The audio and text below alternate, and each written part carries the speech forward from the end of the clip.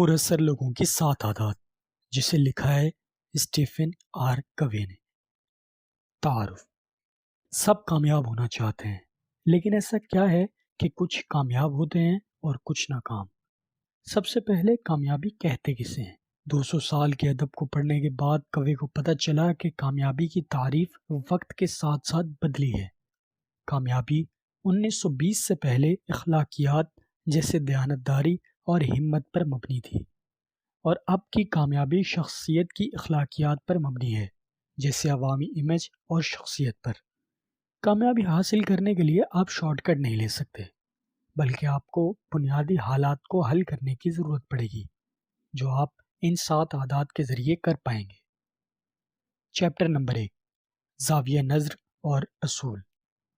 پر اثر لوگوں کی 7 عادات کا آغاز اندر سے باہر کی طرف دیکھنے کی عادت سے ہوتا ہے۔ کوے نے اپنے پڑھنے والوں سے کہا ہے کہ وہ یہ سوچیں کہ ان کی زندگی میں سب سے زیادہ اہم کیا ہے، اور اگر آپ سے کل سب کچھ چھین لیا جائے تو آپ کس چیز کی خواہش کریں گے؟ اس سے پہلے کہ آپ اپنی زندگی کو بدل سکیں، آپ کو اپنے اندر کی گہرائیوں کو دیکھنے، جاننے اور بہتر بنانے پر کام کرنا چاہیے، اور اپنی بنیادی عادات اور عقائد کی نشاندہی کرنی چاہیے۔ یہ اصول آپ کے کردار کا مرکز ہیں اور آپ کے مقاصد کی طرف رہنمائی کے لیے ایک کمپاس کا کام کرتے ہیں۔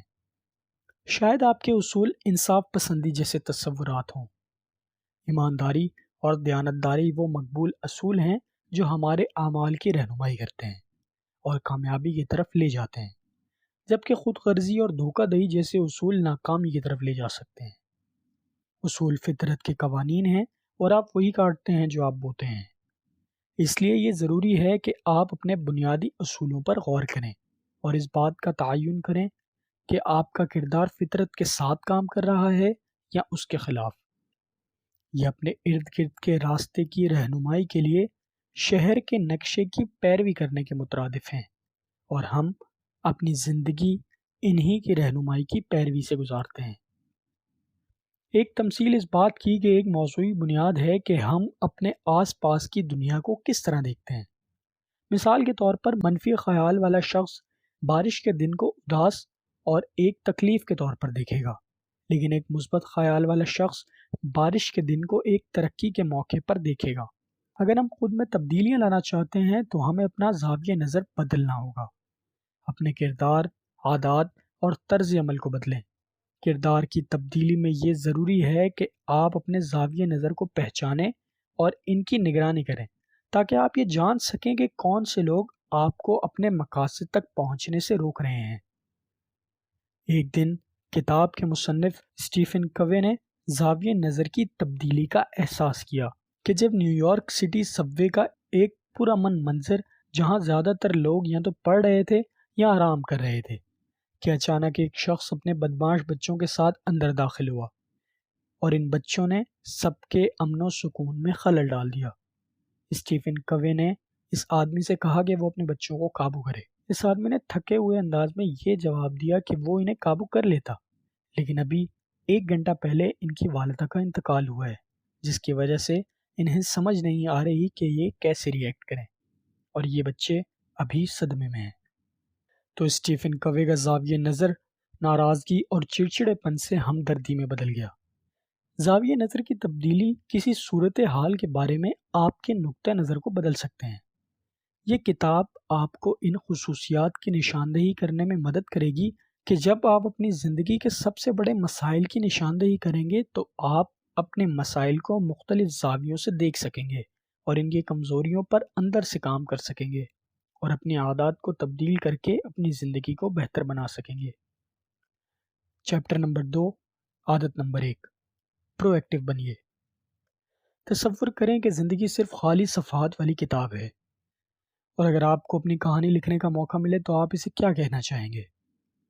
اگر آج آپ کی زندگی ختم ہو جاتی ہے تو اس کتاب میں کیا ہوتا؟ کیا کتاب میں اس شخص کی کہانیاں ہوتی جس نے کچھ بھی نہیں کیا کیونکہ آپ ماحول کا شکار تھے، یا اس کتاب میں ایسے شخص کی کہانیاں ہوں گی جس نے اپنے جسمانی ماحول کے باوجود کارروائی کی؟ یہاں ہمارے پاس اپنا پہلا اصول ہے کہ ہم اپنی زندگی کا کنٹرول سنبھال سکتے ہیں، اسی لیے دوسروں پر الزام لگانا اتنا آسان ہے۔ یہ میری غلطی نہیں ہے، جو کچھ ہوا اس پر میرا اختیار نہیں تھا۔ یہ وہ عام جملے ہیں جو ہم اس وقت کہتے ہیں جب ہم خود کو مشکل حالات میں پاتے ہیں، لیکن جب ہم اپنی زندگی کی ملکیت لینا شروع کرتے ہیں تو ہم ایک نیا اصول اپناتے ہیں اور ہماری دنیا ملکیت کے اصول کو بدلنا شروع کرتی ہے۔ ہمیں خود کو یہ تسلیم کرنے پر مجبور کرتی ہے کہ ہم خود کو جانے دیتے ہیں، لیکن یہ ہمیں اپنی زندگی کی کامیابیوں کی ملکیت لینے پر بھی مجبور کرتی ہے۔ یہاں زاویہ نظر بدلنا شروع ہوتا ہے۔ عادت سے کام لینے والے لوگ جو فعال یعنی پرویکٹیو ہوتے ہیں، وہ اپنی زندگی میں ذمہ داریاں لیتے ہیں اور ملکیت سنبھالتے ہیں۔ مثال کے طور پر فعال لوگ صحت مند طرز زندگی میں تبدیلی لانے کے لیے تشخیص کا انتظار نہیں کرتے۔ وہ اپنے باس کا انتظار نہیں کرتے کہ وہ ان کو ہدایت دے، بلکہ خود ہی مسائل کے حل کے ساتھ آتے ہیں۔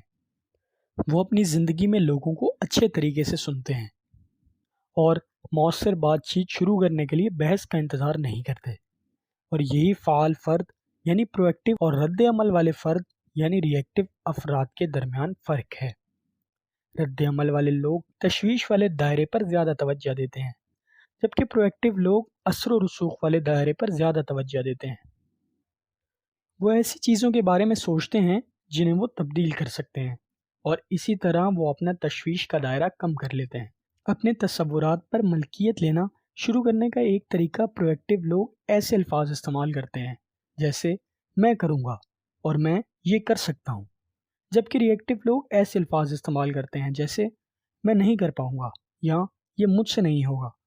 تو اگر آپ کے ذہن میں بھی یہ الفاظ آتے ہیں تو خود کو یہ کہیں کہ میں اپنے احساسات پر قابو پا سکتا ہوں، اور اپنے زاویہ نظر کو بدلیں، ذمہ داری لیں، اپنے اوپر قابو پائیں اور اپنی زندگی کی خالی صفحات والی کتاب کو کسی ایسے شخص کی کہانی سے بھرنا شروع کریں جس نے ایکشن لیا۔ چیپٹر نمبر 3، عادت نمبر 2، انجام کو ذہن میں رکھ کر شروع کریں۔ تصور کریں کہ آپ شروع سے ایک گھر بنا رہے ہیں۔ آپ اس عمل کو کس طرح شروع کریں گے؟ آپ پہلے تصور کریں گے کہ آپ کیا چاہتے ہیں۔ گھر کی طرح دکھنے کے لیے آپ گھر کی ترتیب کا تعین کرتے ہیں اور پھر ہر تفصیل کا اندازہ لگاتے ہیں۔ جو لوگ گھر بناتے ہیں انہیں ایک بلو پرنٹ کی ضرورت ہوتی ہے، اس کے بغیر وہ کوئی بڑی غلطی بھی کر سکتے ہیں۔ اسی طرح آپ کی زندگی کو بھی ایک بلو پرنٹ کی ضرورت ہے کہ آپ آخر زندگی میں چاہتے کیا ہیں۔ جیسے آپ گھر بنانے کے بارے میں سوچتے ہیں کہ مجھے آخر میں ایسا گھر چاہیے، اسی طرح اپنی زندگی کے بارے میں سوچیں۔ کامیاب لوگ کامیابی کے لیے محنت کر کے یہ نہیں سوچتے کہ کامیابی ان پر گرے گی، بلکہ انہیں زندگی میں اپنی سمت کا اندازہ ہوتا ہے اور وہ جانتے ہیں کہ انہیں کامیابی کیسے حاصل ہوگی۔ لیکن اب سوال یہ ہے کہ زندگی میں آپ کیا چاہتے ہیں، یہ آپ کیسے ڈھونڈیں گے؟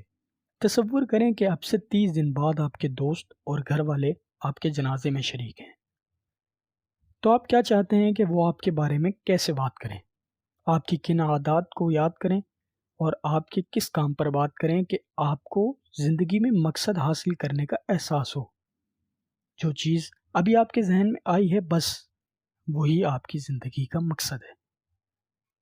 زندگی کے اختتام کا تصور کر کے آپ یہ طے کر سکتے ہیں کہ آپ کس طرح زندگی گزارنا چاہتے ہیں۔ تو آپ ان سوالات کے جواب دیتے ہوئے اپنا ایک ذاتی مشن بناتے ہیں جو کہ لاگو کرنے کی طرف پہلا قدم ہے۔ اپنے مشن کو لکھنا کوئی ایسی چیز نہیں ہے جو راتوں رات آ جائے۔ اس میں صبر اور اپنے آپ کو جاننا ضروری ہے۔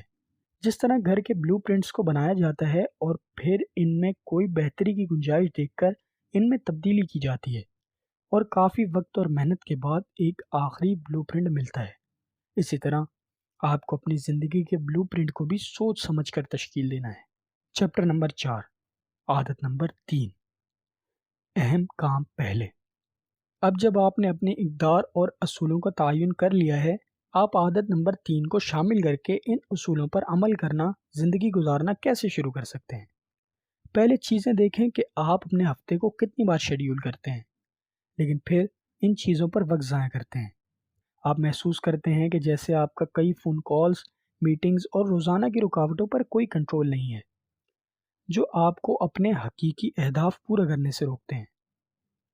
شاید آپ وقت کو مینج کرنے کی بھرپور کوشش کرتے ہیں، لیکن یہ معلوم ہوتا ہے کہ زیادہ تر تکنیکیں کارکردگی پر مرکوز ہیں، نہ کہ تاثیر پر۔ تو آپ یہ سب کیسے بدلیں؟ سب سے اہم کاموں کو ترجیح دیتے ہوئے اور اس بات کو یقینی بناتے ہوئے کہ پہلے سب کچھ ایک طرف رکھیں اور بعد میں ان کاموں کو حاصل کریں۔ یہ بظاہر آسان لگتا ہے۔ آپ کو معلوم ہوگا کہ آپ کو یہ پتہ کرنے کے لیے جد و جہد کرنا ہے کہ کون سے کام اہم ہیں اور کون سے وقت کا ضیاع۔ خوش قسمتی سے کوے کے پاس آپ کو یہ معلوم کرنے میں مدد کرنے والا ٹول ہے جو ٹائم مینجمنٹ سے کہیں زیادہ مؤثر ہے۔ اپنے کاموں کو اجلت اور اہمیت کے لحاظ سے درجہ بندی کرتے ہوئے آپ ایک خانہ بنائیں جسے کوے نے کوادرنٹ کہا ہے، اور ان کاموں پر توجہ مرکوز کریں جو فوری اور اہم دونوں ہیں۔ یہ ایک نازک خانہ ہوتا ہے اور ان کاموں کے لیے زیادہ ہے جو ہمارے قابو سے باہر ہوتے ہیں۔ اب دو ایسے کاموں پر فوکس کریں جو اہم ہیں لیکن فوری نہیں ہیں۔ یہ سب سے اہم خانہ ہے کیونکہ یہ وہ کام ہیں جو ہمارے لیے سب سے اہم ہیں۔ ان کاموں میں تعلقات بنانا یا مستقبل کے لیے منصوبہ بندی کرنا ہوتا ہے جو کہ راتوں رات نہیں ہو سکتے۔ اس طرح آپ اپنے وقت کو بانٹ سکتے ہیں۔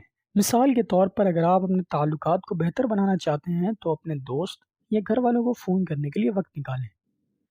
تیسرے خانے یا کوادرنٹ میں ایسے کاموں پر توجہ دیں جو اہم نہیں ہیں لیکن فوری کرنا ضروری ہے۔ یہ وہ کام ہیں جو ہمارے دن میں رکاوٹ ڈالتے ہیں، جیسے فون کالز یا میٹنگز وغیرہ۔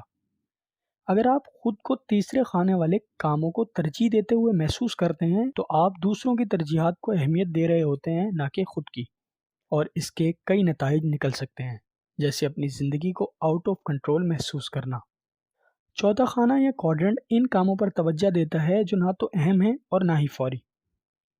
ان کاموں میں وہ کام شامل ہیں جو وقت کا مکمل ضیاع ہیں، جیسا کہ ایک دن میں نیٹ فلکس کی پوری سیریز دیکھنا یا کام کے دوران بے فکری سے سوشل میڈیا اسکرول کرنا۔ اور یہ وہ خانہ ہے جس پر توجہ دینے سے لوگ نوکریوں سے جاتے ہیں۔ اس لیے ہمیں دوسرے خانے یا کوادرنٹ نمبر 2 پر زیادہ توجہ دینی چاہیے، کیونکہ یہ وہ کام ہوتے ہیں جو ہمارے لیے سب سے اہم ہوتے ہیں۔ اس خانے پر توجہ دیتے ہوئے ہم یہ محسوس کر سکتے ہیں کہ ہمیں کون سے کام نہیں کرنے، اور آپ وقت ضائع کرنے والے کاموں کو نہ کہنا سیکھ جاتے ہیں اور اپنے وقت کا صحیح استعمال کرنے لگتے ہیں۔ آپ اپنے ٹھوس بنیادی اصولوں کے ساتھ شروعات کرتے ہیں، اور ایک بار جب مسائل پیدا ہوتے ہیں تو آپ انہیں ٹکڑوں کے بجائے ایک مکمل مسئلے کی طرح دیکھتے ہیں۔ مثال کے طور پر جب شاپنگ سینٹر کے مینیجر کے ساتھ کام کرتے ہوئے کوے نے محسوس کیا کہ جب کہ مینیجر جانتے تھے کہ اسٹور مالکان کے ساتھ تعلق استوار کرنا ضروری ہے اور اس کا مثبت اثر پڑتا ہے، انہوں نے اپنے وقت کا 5% سے بھی کم وقت اس پر صرف کیا، اور مینیجر اپنا زیادہ تر وقت پہلے خانے یا کوارڈرنٹ نمبر 1 پر کام کرتے ہوئے خرچ کر دیتے، جیسا کہ فون کالز، ای میلز کا جواب دینا یا میٹنگز وغیرہ۔ پھر مینیجرز جس تبدیلی کو نافذ کرنا چاہتے تھے اس پر اپنے وقت کا 1/3 وقت صرف کیا، اور اس کا اثر بہت زیادہ تھا۔ مالکان نے اطمینان اور لیز کی آمدن میں اضافہ دیکھا۔ مینیجر نے کوارڈرنٹ 2 کو ترجیح دی اور پہلے کوارڈرنٹ کو تبدیل کر دیا۔ اگر آپ عادت نمبر 3 کو نافذ کرنا شروع کرنا چاہتے ہیں تو آپ اپنے کوارڈرنٹ خود بنائیں اور کوارڈرنٹ 2 پر کام کریں۔ چیپٹر نمبر 5، عادت نمبر 4، ون ون تھنکنگ۔ بدقسمتی سے ایک ذہنیت ہے جو آج کے معاشرے میں بہت سے لوگ رکھتے ہیں۔ وہ سمجھتے ہیں کہ جیتنے کے لیے آپ کو ہارنا پڑے گا، لیکن کیا ہو اگر میں آپ کو یہ بتاؤں کہ ایسا نہیں ہوتا، اور زندگی کو مقابلہ نہیں بنانا چاہیے، بلکہ دونوں لوگ ون ون مائنڈ سیٹ بنا کر کامیابی حاصل کر سکتے ہیں اور انسانی تعلقات میں بہتری پیدا کر سکتے ہیں اور اپنے زاویہ نظر کو تبدیل کر سکتے ہیں۔ 6 قسم کے زاویہ نظر کو مصنف نے بیان کیا ہے۔ پہلا زاویہ ون ون ہوتا ہے جس میں دونوں لوگ مسئلے کا حل باہمی فائدے کے ذریعے نکالتے ہیں اور دونوں فریق مطمئن ہو جاتے ہیں۔ دوسرا زاویہ نظر ون لوز زاویہ نظر کہلاتا ہے، جس میں لوگ سوچتے ہیں میں جیتا تم ہارے۔ اس میں طاقتور لوگ اپنی طاقت اور تعلقات سے وہ سب کچھ حاصل کر لیتے ہیں جو وہ چاہتے ہیں۔ تیسرا زاویہ نظر لوز ون کہلاتا ہے، جس میں لوگ سوچتے ہیں میں ہارا تم جیتے۔ یہ زاویہ نظر لوگ تب استعمال کرتے ہیں جب وہ اپنے آس پاس لوگوں میں مقبولیت حاصل کرنا چاہتے ہوں۔ چوتھا لوز لوز کہلاتا ہے، اس میں دونوں لوگ ہار جاتے ہیں۔ جب بھی دو ہارے ہوئے لوگ یا دو ضدی اور انا سے چلنے والے لوگ ایک دوسرے کے ساتھ گفت و شنید کرتے ہیں تو یہ ہمیشہ ہار ہار کی صورتحال پر ختم ہوتا ہے۔ 5واں جیت کی مثال ہے کہ جس میں لوگ یہ نہیں سوچتے کہ سامنے والے فرد کے بارے میں نتیجہ کیا نکلے گا، بس جیتنے کی کوشش کرتے ہیں۔ چھٹا اور آخری زاویہ نظر جسے ون ون اور نو ڈیل کہتے ہیں، جس میں باہمی طور پر یہ طے پایا جاتا ہے کہ جب تک دونوں کا فائدہ نہیں ہوتا تو کوئی معاہدہ نہیں ہوگا۔ اگر آپ ون ون سوچیں گے تو یقیناً آپ لوگوں کے ساتھ بہتر تعلق استوار کر سکیں گے، کیونکہ اس میں دونوں کو فائدہ پہنچے گا، نہ کہ کسی ایک کو نقصان۔ اس کی ایک اچھی مشق یہ ہے کہ آپ وہ حل نکالیں جس سے آپ کو فائدہ حاصل ہوگا، پھر آپ سامنے والے فرد کی طرح سوچیں کہ آپ کے فائدے سے اسے کیسے فائدہ حاصل ہو سکتا ہے، پھر دونوں کا ایک حل بنائیں اور کامیابی حاصل کر لیں۔ چیپٹر نمبر 6، عادت نمبر 5، پہلے دوسروں کو سمجھیں پھر اسے سمجھائیں۔ آپ تصور کریں کہ آپ آنکھوں کے ڈاکٹر کے پاس جائیں اور ڈاکٹر کے سمجھائیں کہ آپ کو دور کی چیزیں دیکھنے میں مشکل ہو رہی ہے، اور وہ ڈاکٹر اپنی اینک اتار کر آپ کے حوالے کر دیتا ہے اور یہ کہتا ہے کہ یہ اینک میرے لیے برسوں سے کام کر رہی ہے اور انہیں آپ کے لیے بھی کام کرنا چاہیے۔ آپ سے کوئی سوال نہیں کیا گیا، کوئی ٹیسٹ نہیں کیا گیا، ڈاکٹر صرف ایک آسان سا حل پیش کرتا ہے جو غالباً آپ کی مدد نہیں کرے گا، تو یقیناً آپ اس ڈاکٹر کے پاس واپس نہیں جائیں گے اور اس پر بھروسہ نہیں کریں گے۔ اب آپ اپنے بارے میں سوچیں کہ آپ زندگی کے مشکل وقت سے گزر رہے ہیں، طلاق، کسی عزیز کی موت یا نوکری کا کھو جانا، اور آپ کسی ایسے فرد سے مشورہ لیتے ہیں جو آپ کے جوتے میں کبھی تھا ہی نہیں اور ممکنہ طور پر نہیں سمجھ سکتا کہ آپ اس وقت کس کیفیت سے گزر رہے ہیں۔ ہاں، اس کے مقابلے میں کوئی ایسا شخص جو آپ کو سمجھتا ہو، جو آپ پر بھروسہ کرتا ہو اور آپ کو سنتا ہو، تو آپ ان کے مشورے کا احترام کرتے ہیں، چاہے وہ ڈاکٹر ہو یا کوئی دوست۔ سننے کی سب سے مؤثر شکل زوردار سننا ہے جو زاویہ نظر کی تبدیلی سے حاصل ہوتا ہے۔ ہم عام طور پر سمجھنے کی کوشش نہیں کرتے۔ آپ کو دوسرے شخص کو صحیح معنوں میں سمجھنے کے لیے الفاظ پر توجہ دینا ضروری نہیں، بلکہ ان الفاظ کے پیچھے الفاظ اور معنی کے ذریعے باتوں کا مشاہدہ کرنا چاہیے، اور آپ کو یہ دیکھنا چاہیے کہ کن جذبات کا اظہار کیا جا رہا ہے۔ بے شک اس کی مہارت میں وقت لگتا ہے، لیکن ایک بار جب آپ اس میں مہارت حاصل کر لیتے ہیں تو آپ بہتر طریقے سے لوگوں کی بات سمجھنا اور انہیں اپنی بات سمجھا سکتے ہیں، جو کہ ایک اچھے تعلق کی بنیاد ہوتی ہے۔ چیپٹر نمبر 7، عادت نمبر 6، اتحاد عمل۔ دنیا ایک بورنگ جگہ ہوتی اگر ہم سب یکساں سوچیں اور ہم ایک دوسرے سے کچھ نہ سیکھ سکیں۔ در حقیقت ہمیں ایک دوسرے کی ضرورت ہے۔ پچھلے چیپٹر میں ہم نے ایک دوسرے کو سمجھنے اور سننے پر تبادلہ خیال کیا تھا۔ اب ہم کام کرنے پر توجہ مرکوز کر سکتے ہیں۔ ہمیں ترقی کی منازل طے کرنے کے لیے ایک دوسرے کی ضرورت ہوتی ہے۔ کسی دوسرے کے نقطہ نظر کے اختلافات کو سمجھ کر اور ان کی قدر کرتے ہوئے آپ ہم آہنگی کے لیے مواقع پیدا کرتے ہیں، اور اچھی ہم آہنگی آپ کو نئے اور بہتر مواقع تک پہنچانے کا راستہ صاف کرتی ہے۔ ہم آہنگی آپ کو کسی مشترکہ چیلنج سے نمٹنے کے لیے حل فراہم کرتی ہے۔ آپ اپنی ٹیم کے ساتھ ہم آہنگی کیسے شروع کر سکتے ہیں؟ عادت نمبر 4 اور 5 کے ساتھ شروع کریں اور جیتنے کے بارے میں سوچیں، اور اپنے ارد گرد دوسروں کو صحیح معنوں میں سمجھنے کی کوشش کریں۔ مثال کے طور پر ایک زبردست فلم کسی ایک شخص کی طرف سے نہیں بنائی جا سکتی۔ ہر فلم کے لیے ٹیم تشکیل دی جاتی ہے، اور جب وہ سب مل کر کام کرتے ہیں تو ہی لوگوں کے سامنے ایک بہترین فلم پیش ہوتی ہے۔ آپ ہم آہنگی کے ذریعے ایسا بہت کچھ حاصل کر سکتے ہیں جو آپ اکیلے حاصل نہیں کر سکتے تھے۔ آپ لوگوں کو جذباتی، نفسیاتی اور اخلاقی طور پر سمجھیں، ان کے ساتھ ہم آہنگ ہوں، اور آپ کسی بھی اعلیٰ چیز کو حاصل کر سکتے ہیں۔ ہم آہنگی پانے کے لیے آپ کسی ایسے فرد کا انتخاب کریں جو آپ کے ساتھ نہیں ہے، اور اس کی رائے کے بارے میں سوچیں، اس کے اختلافات پر دھیان دیں اور اسے بہتر طور پر سمجھیں، اور یہ سوچیں کہ آپ اس سے کس طرح ہم آہنگی قائم کر سکتے ہیں۔ چیپٹر نمبر 8، عادت نمبر 7، آری کو تیز کریں۔ باورچی ہر روز اپنی چھریوں کا استعمال کرتے ہیں۔ وہ مسلسل ٹکڑے کاٹتے ہیں اور ان کا چاقو کمزور ہو جاتا ہے، تو وہ انہیں پھینکتے نہیں ہیں بلکہ انہیں تیز کرتے ہیں۔ باورچی کے چاقو کی طرح ہمیں خود کو بھی تیز کرنا پڑتا ہے، اور ہمیں اپنے آپ کو بھی تیز کرنے کے لیے وقت دینا چاہیے۔ اپنے آپ کو جسمانی طور پر، روحانی، ذہنی اور سماجی طور پر ان چاروں شعبوں میں اپنی آری کو تیز کرنے سے آپ دیر پا تاثیر کے نتائج دیکھ سکتے ہیں۔ ان شعبوں میں خود کو تیز کرنے سے عادت نمبر 1 کو تیز کرنے میں مدد ملتی ہے۔ آپ کو اپنی زندگی کا جائزہ لینا چاہیے اور اپنے عمل کو ذہن میں رکھنا چاہیے۔ اپنے آپ کو ذہنی طور پر بہتر بنانے کے لیے بہت سے طریقے ہیں۔ آپ عظیم کتابیں پڑھ سکتے ہیں، ایسے شوز جو آپ کے ذہن کو تقویت دیتے ہیں انہیں دیکھیں، عقل مند لوگوں سے میل ملاپ بڑھائیں، اور ایسے بہت سے طریقے ہیں جن سے آپ اپنے ذہن کو بہتر بنا سکتے ہیں۔ ذہنی صحت پر توجہ دینے سے آپ کو عادت نمبر 3 پر عمل کرنے میں مدد ملے گی، کیونکہ آپ اپنے وقت اور وسائل کو زیادہ سے زیادہ کرنے کے لیے اپنی ٹائم مینجمنٹ کی مہارتوں کو بروئے کار لا رہے ہوں گے۔ آخر میں یہ ضروری ہے کہ آپ اپنی سماجی اور جذباتی صحت پر کام کریں تاکہ اچھے تعلقات استوار کر سکیں، دوسروں کا سمجھیں، دوسروں کی زندگیوں کو بہتر بنانے والے پروجیکٹس میں اپنا حصہ ڈالیں، اور دوسروں کو اپنی کامیابی حاصل کرنے میں مدد کر کے عادت نمبر 4، 5 اور 6 کی مشق کریں۔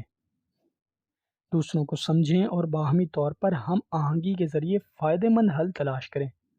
اگر آپ یہ سوچ رہے ہیں کہ یہ کیسے کریں تو ایک فہرست بنائیں اور اسے مکمل کرنے کا عہد کریں، اور اگلے ہفتے کے آخر میں اپنی کارکردگی کا جائزہ لیں اور سوال کریں کہ اس کی کیا وجہ ہے۔ آپ کی کامیابی یا ناکامی کا خلاصہ۔ ایک انتہائی مؤثر شخص بننے کے لیے آپ کو ان 7 عادات کو اپنانا چاہیے۔ فعال رہیں، رد عمل کو روکیں اور ایکشن لینا شروع کریں۔ کنٹرول لیں اور اپنی زندگی کی ذمہ داری سنبھالیں۔ اس بات کو ذہن میں رکھتے ہوئے شروع کریں کہ جو بھی کام سامنے آتا ہے اس پر بے مقصد کام کرنا چھوڑ دیں۔ اپنے مستقبل کے لیے ایک ویژن رکھیں اور اس ویژن کو حقیقت بنانے کے لیے اپنے اعمال کو ترتیب دیں۔ سب سے پہلے ان کاموں پر اپنا وقت ضائع کرنا بند کر دیں جو اس وقت ضروری معلوم ہوتے ہیں لیکن اپنے اہداف کے مطابق نہ ہوں۔ اس کے متعلق اپنے کاموں کو ترجیح دیں اور اپنے کاموں پر توجہ دیں۔ فوری اہم دکھنے والی چیزوں کے لیے جیتنا چھوڑ دیں۔ یہ سوچنا کہ آپ کو جیتنا یا ہارنا چاہیے، اس کے بدلے دونوں کے لیے باہمی طور پر فائدہ مند حل تلاش کریں۔ سمجھنے کی کوشش کریں، پھر سمجھنے کے لیے حل فراہم کرنے کے لیے چھلانگ لگانا بند کر دیں اور جواب دینے کے بجائے دوسروں کو غور سے سنیں۔ اس کے بعد آپ ایسے خیالات کا اظہار کرتے ہیں جو دوسروں کے احساسات کے ساتھ مطابقت رکھتے ہیں۔ ایسی چیزیں بنائیں جو آپ پہلے اکیلے نہیں بنا سکتے تھے۔ آری کو تیز کریں، بہت زیادہ محنت کرنا چھوڑ دیں، خود کی ذہنی، سماجی، جسمانی، روحانی صحت پر کام کریں۔ یہی